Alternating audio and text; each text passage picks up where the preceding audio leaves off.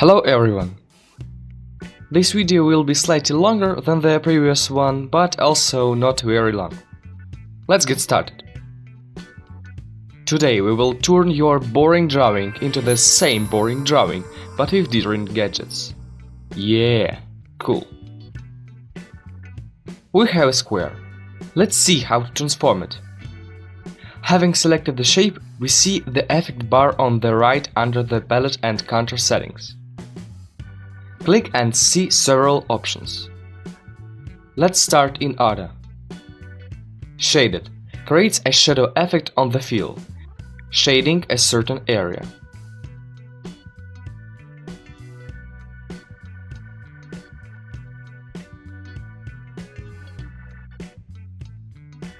Soft edge. It takes and blurs the feel of the shape, making it look like cotton candy.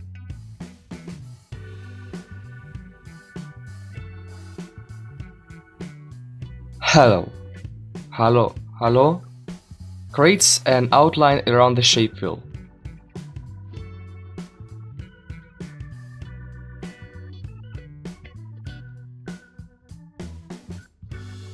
Gradient. This effect creates a smooth transition feel for the shape. It is controlled using a stick with two balls that change the position and size of the gradient. Its smoothness. This is my favorite of all the effects.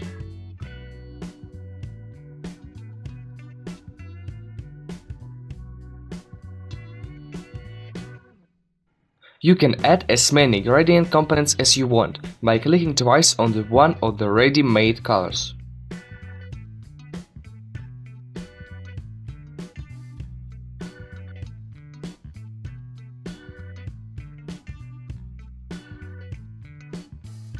Also, there are several forms of gradient.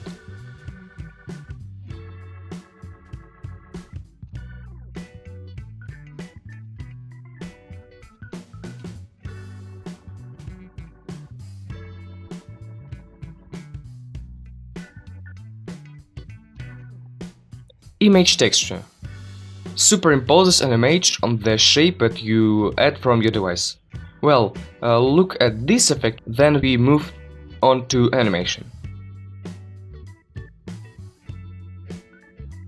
Drop shadow. Now the object casts a shadow of its shape.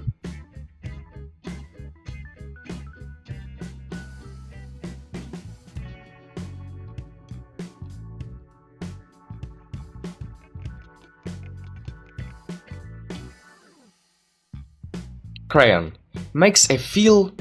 It's like someone scribbled on it with a pencil.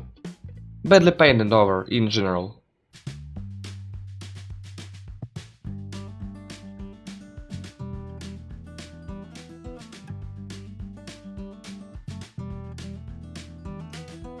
The last two...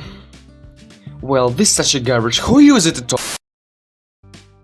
Now let's move on to another kind of styling, using layers and tools on the left. The first way to do this is with the help of the freehand tool, which we touched on in the first lesson. We take a tool and changing colors, then drawing.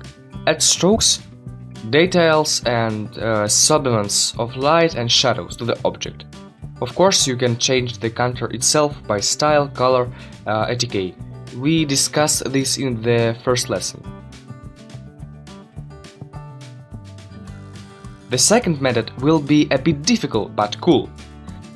Draw on a new layer on top of the shape and approximate location, for example of light and shadow, not necessarily only them. Now let's group these two layers.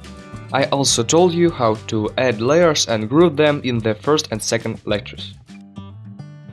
And now double-click on the group and go to the mask settings. This is a very interesting topic, but it's difficult.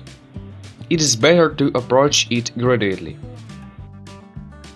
Now we will get acquainted with one of the simplest way to use it. Select Hide All. See that all shadows and light have disappeared inside the shape and do not go beyond it. Now it is everyone's discretion what we do what we want. I blurred the layer and got a soft lightning effect. You can combine an effect on the shape as well as an effect in a group on top of this shape.